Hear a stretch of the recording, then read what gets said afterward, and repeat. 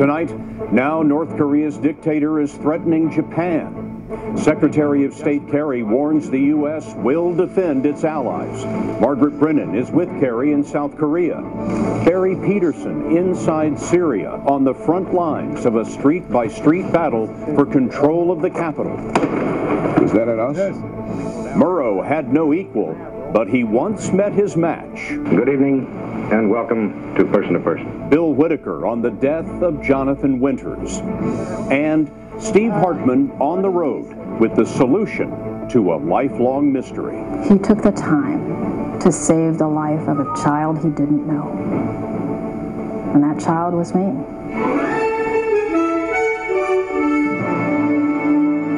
This is the CBS Evening News with Scott Pelley.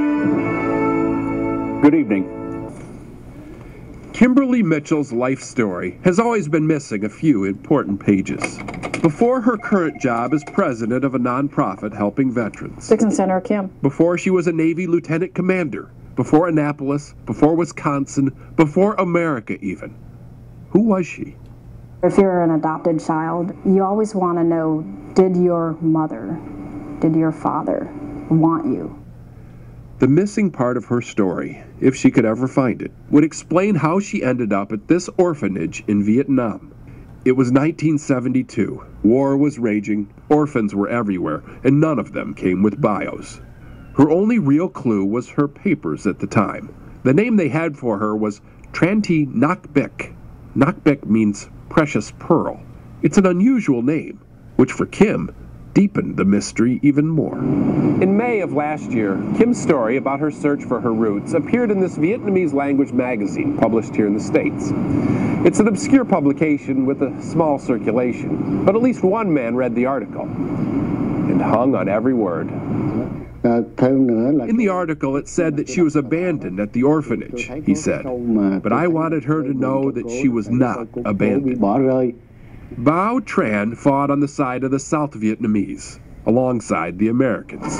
He moved to New Mexico after the war as part of a resettlement program, and has been carrying Kim's story with him ever since.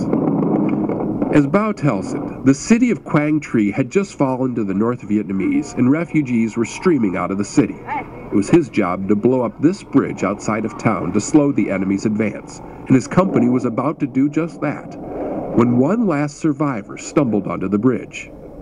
Two survivors, actually. I saw a man carrying a hat with a baby inside, Bao said. I ran to him, and he described this tragic scene he found on the side of the road, of this baby trying to nurse on her dead mother. I took the child from him.